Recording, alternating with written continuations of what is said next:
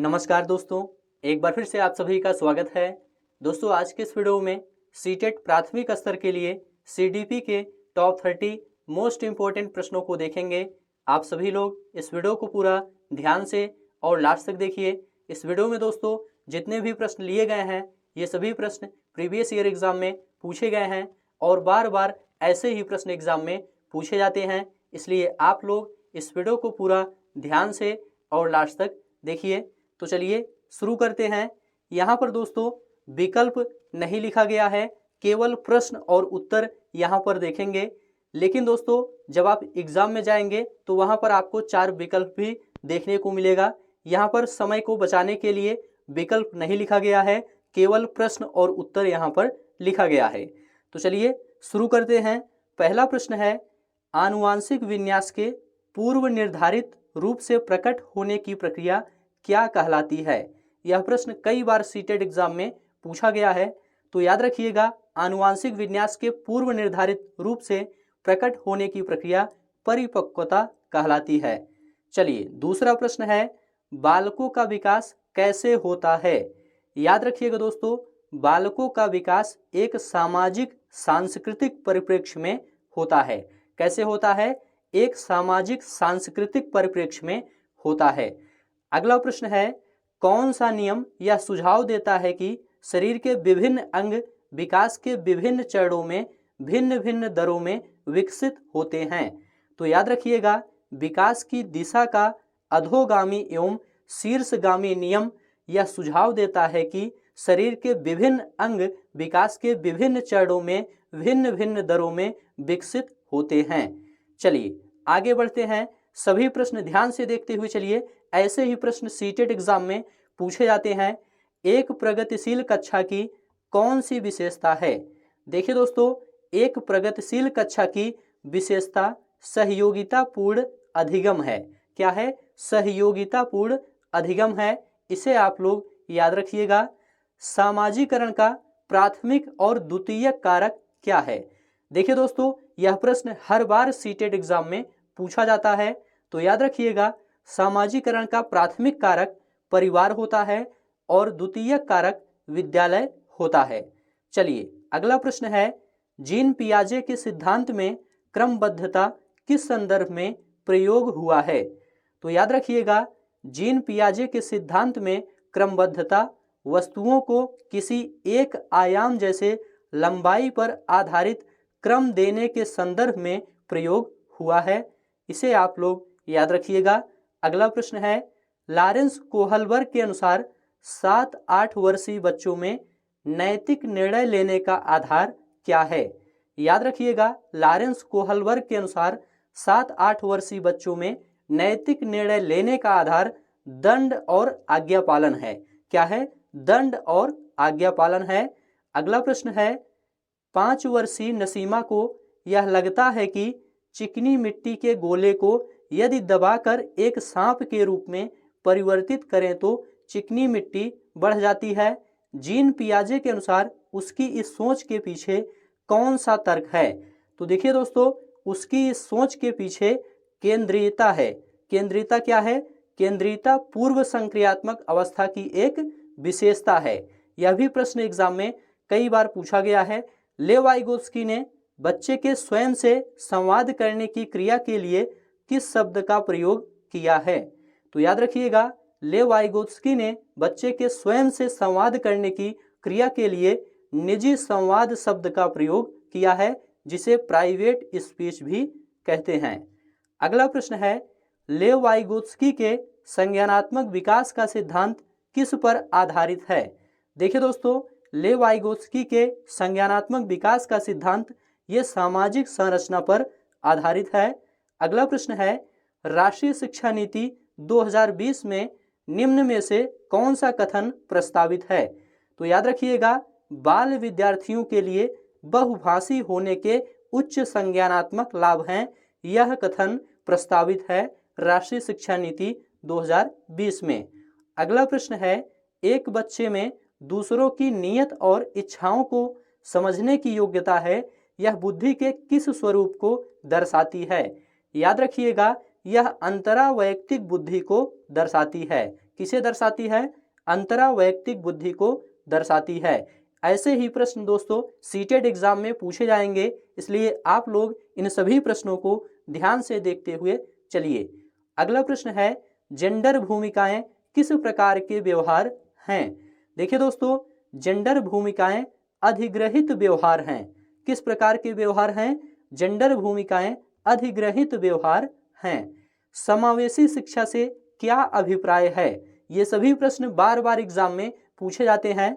समावेशी शिक्षा से अभिप्राय है सभी बच्चों को गुणवत्तापूर्ण शिक्षा उपलब्ध करवाई जाए। सभी बच्चों को गुणवत्तापूर्ण शिक्षा उपलब्ध करवाई जाए।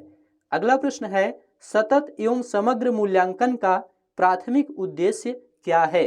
देखिए दोस्तों, सतत एवं समग्र मूल्यांकन का प्राथमिक उद्देश्य छात्रों की समझ को आंकना और पाठ्यक्रम तथा शिक्षा शास्त्र को इसके अनुसार रूपांतरित करना है। अगला प्रश्न है, अपनी कक्षा के लिए मूल्यांकन पद्धति तय करने से पहले एक शिक्षक को किन बातों पर विचार करना चाहिए? तो याद रखिएगा, यह विचार करना चाहिए कि बच्चे अपनी पढ़ाई में इस समय किस स्तर पर हैं और किस प्रकार प्रगति कर सकते हैं। चलिए अगला प्रश्न है, पढ़ाते समय एक शिक्षक को पाठ्य सामग्री को दर्शाने के विभिन्न तरीके क्यों अपनाने चाहिए?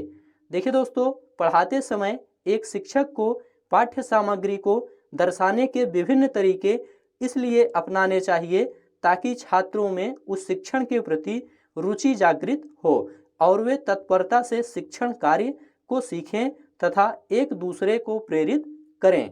चलिए अगला प्रश्न है, निम्न में से कौन सा सृजनात्मकता का अनिवार्य लक्षण है?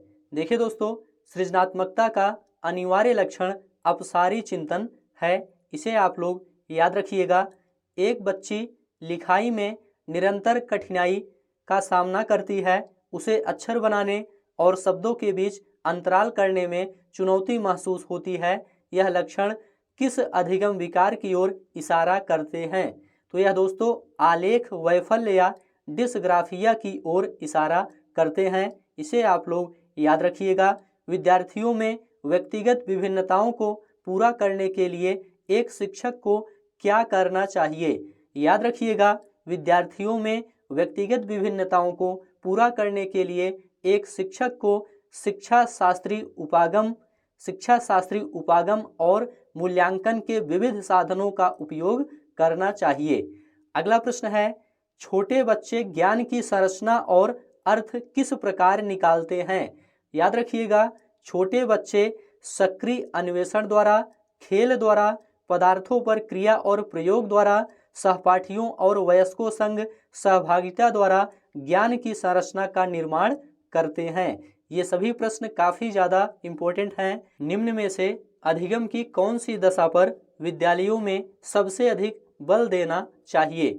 याद रखिएगा, परिवेश से सहभागिता द्वारा कौशलों और ज्ञान का अर्जन पर अधिक बल देना चाहिए।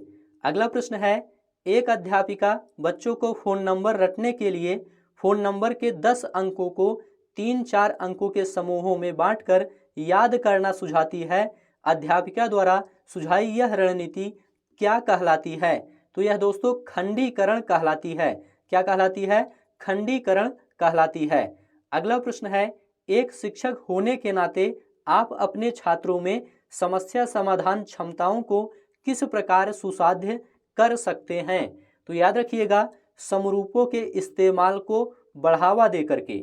एक शिक्षक होने के नाते आप छात्रों में समस्या समाधान क्षमताओं को समरूपों के इस्तेमाल को बढ़ावा देकर के सुसाध्य कर सकते हैं। निम्न में से कौन सा युग्म सामाजिक संरचनात्मक उपागम के अनुसार छात्रों के पढ़ने को सुसाध्य करता है?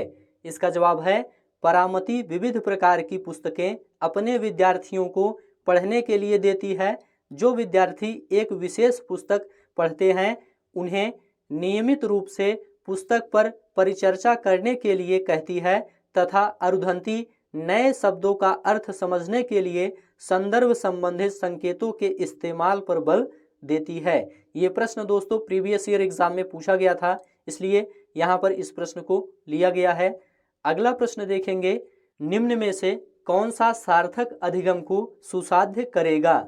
देखिए दोस्तों, एक समस्या पर विविध तरीकों से विचार करने के लिए प्रोत्साहित करना यह सार्थक अधिगम को सुसाध्य करेगा। अगला प्रश्न है, निम्न में से अधिगम का कौन सा परिप्रेक्ष्य यह कहता है कि ठोस प्रलोभनों और पुरस्कारों द्वारा विद्यार्थियों को सीखने के लिए अभिप्रेरित किया जा सकता है। इसका जवाब है व्यवहारात्मक परिप्रेक्ष्य। व्यवहारात्मक परिप्रेक्ष्य यह कहता है कि ठोस प्रलोभनों और पुरस्कारों द्वारा विद्यार्थियों को सीखने के लिए अभिप्रेरित किया जा सकता है। अगला प्रश्न है, बच्चे अक्सर विभिन्न संकल्पों के बारे में वैकल्पिक संकल्पनाएं और भ्रांतियां गठित कर लेते हैं। इस संदर्भ में कौन सा कथन सही है। तो याद रखिएगा, बच्चों और वयस्कों में वैकल्पिक संकल्पनाओं और भ्रांतियों का गठन बहुत स्वाभाविक है। यह कथन बिल्कुल सही है। अगला है, शिक्षा के प्राथमिक स्तर पर बहुसंवेदनीय उपागम के इस्तेमाल को क्यों प्रोत्साहित करना चाहिए। याद रखिएगा, क्योंकि यह अधिगम को और अधिक प्रभावशाली बनाता है। अगला प्रश्न है, यदि विद्यार्थी अपने कार्य की सफलता को आंतरिक कारणों पर आरोपित करते हैं तो उनमें किसकी भावना उत्पन्न होगी। याद रखिएगा, गर्व की भावना उत्पन्न होगी। जब विद्यार्थी अपने कार्य की सफलता को आंतरिक कारणों पर आरोपित करते हैं तो उनमें गर्व की भावना उत्पन्न होती है। तो इस प्रकार से दोस्तों 30 प्रश्न यहाँ पर आपका कंप्लीट हो गया। ये सभी प्रश्न प्रीवियस ईयर एग्जाम में पूछे गए थे।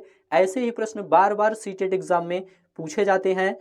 तो इस वीडियो को दोस्तों अब यहीं पर समाप्त करते हैं। अब आपको नेक्स्ट वीडियो मिलेंगे। वीडियो देखने के लिए आप सभी का बहुत बहुत धन्यवाद।